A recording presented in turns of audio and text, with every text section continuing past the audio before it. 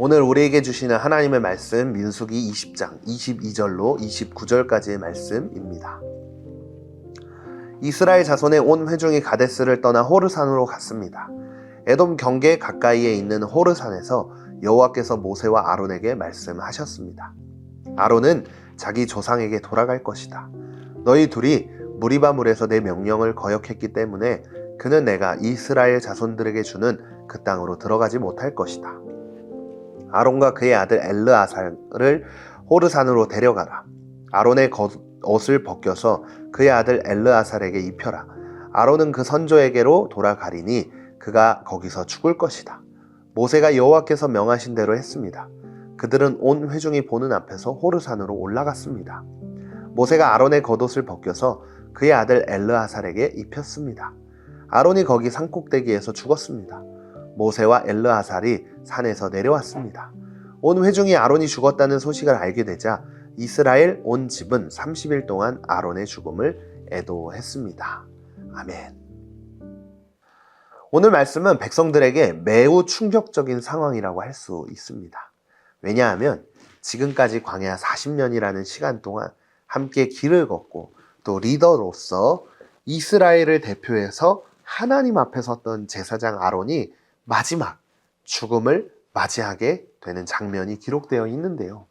이번 시간에 함께 나누었지만 모세와 아론이 무리바 물가에서 백성들이 물이 없어 불평하고 있을 때 하나님께서는 지팡이를 들어 물을 내라고 이야기하셨지만 백성들의 그 불평 앞에서 감정이 흔들린 이 모세와 아론은 결국 바위를 2번 쳐서 물을 내게 되었죠. 그 결과 모세와 아론 둘 모두 하나님께서 예비해 두신 젖과 꿀이 흐르는 가나안 땅에 들어가지 못하게 되는 결말을 맞이하게 되었습니다.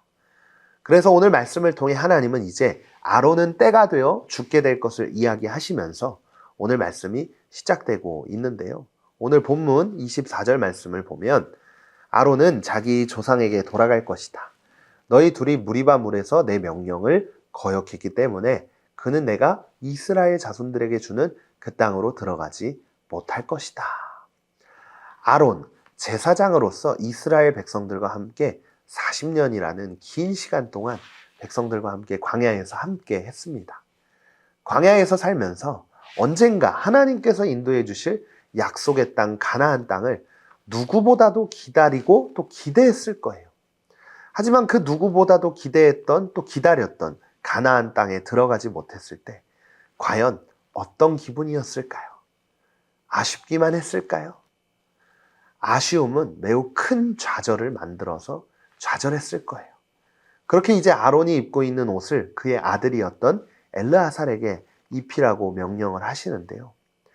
옷을 벗겨서 이 엘르아살에게 입히라고 명령하신 이유는요. 이제 다음 세대에게 하나님의 일을 맡기라 라는 하나님의 뜻이 담겨져 있는 것이었어요. 그래서 이제 아론은 죽지만 하나님의 일은 아론의 아들 엘르아살을 통해서 이루어지게 된다는 것을 알 수 있습니다. 하나님의 일은요, 중요한 사람이 죽는다고 해서 결코 끝나지 않는다는 것을 알 수 있는 장면이에요. 그렇게 순순히 하나님께서 명령하신 대로 모세와 아론은 행하게 되죠. 본문 28절입니다. 모세가 아론의 겉옷을 벗겨서 그의 아들 엘르아살에게 입혔습니다. 아론이 거기 산 꼭대기에서 죽었습니다. 모세와 엘르아살이 산에서 내려왔습니다. 하나님께서 명령하신 대로 결국 아론은 죽었어요. 그리고 아론이 입고 있던 옷을 그의 아들 엘르아살에게 입히면서 오늘 말씀이 끝나게 됩니다. 하나님의 계획은 반드시 이루어지는데 그 일이 이루어질 때 주인공은 내가 아니어도 된다는 마음을 오늘 말씀을 통해 배우는 것 같습니다. 하나님께서 가나안 땅을 앞에 두고 그 땅에 들어가지 못한다고 했을 때도 아쉽고 또 좌절이 되었지만 그 말씀 앞에서 항의를 한다거나 불평을 한다거나 절대 그렇게 행동하지 않았어요. 그저 하나님의 말씀 앞에 철저하게 순종하는 모습을 볼 수 있지 않았나요? 하나님의 인도하심을 따라 살아간다는 것은 결국 하나님이 가라면 가고 멈추라면 멈추는 삶을 살 수 있는 사람이라는 것을 알 수 있습니다. 그리고 하나님의 일은 나를 통해서만 이루어지는 게 아니라는 것을 알 수 있죠. 아론의 아들이었던 엘르아사를 통해 또다시 하나님의 일들이 이루어지는 것을 우리가 함께 보면서 내가 아니라 또 다른 사람을 통해서도 하나님의 일이 이루어진다는 것, 그것을 기억하는 삶을 오늘 말씀을 통해 하나님은 우리에게 말씀하고 계시는 것 같습니다. 오늘 이 말씀을 묵상하면서 우린 두 가지를 함께 생각을 해보려고 하는데요.